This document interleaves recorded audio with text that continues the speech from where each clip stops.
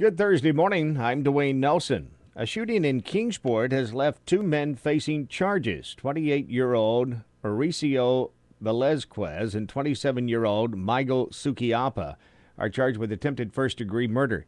The charges stem from an investigation into a gun being fired into a truck on East Stone Drive. Police searched the vehicle, allegedly found the weapon and other evidence described by the victims. Velazquez and Sukiapa will be arraigned later today in General Sessions Court.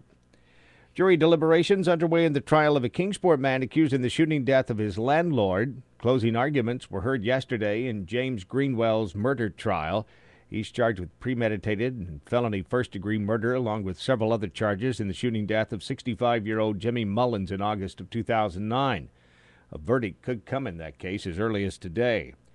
The Tennessee Bureau of Investigation has conducted a search of the private office of a Hawkins County judge. Judge James Taylor was called to his Depot Street law office to unlock the door for TBI agents, then returned to the Justice Center and completed his afternoon docket.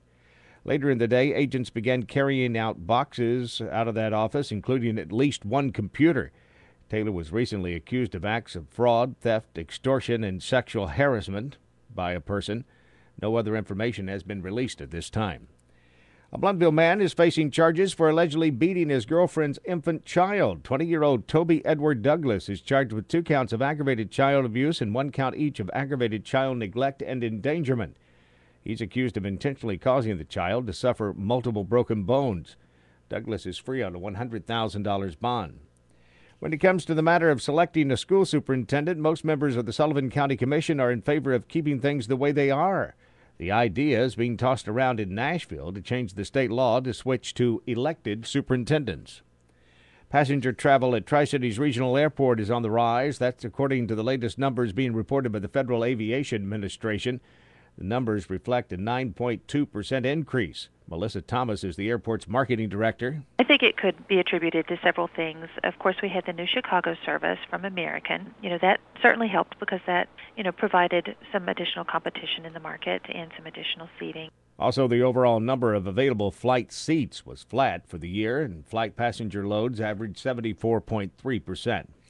Bond for one of 2 Mountain City men charged with 2 counts each of first-degree murder in connection with the deaths of a local couple last week has been increased.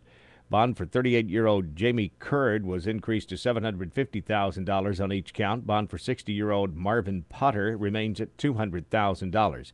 Authorities believe a Facebook fight led to the shooting deaths of Billy Payne Jr. and his girlfriend, Billie Jean Hayworth. Some local fire departments could see more money coming their way if they apply. 1st District Congressman Dr. Phil Rowe of Johnson City said approximately $380 million will be distributed nationwide through a program called SAFER. I'm Dwayne Nelson. Have a great Thursday.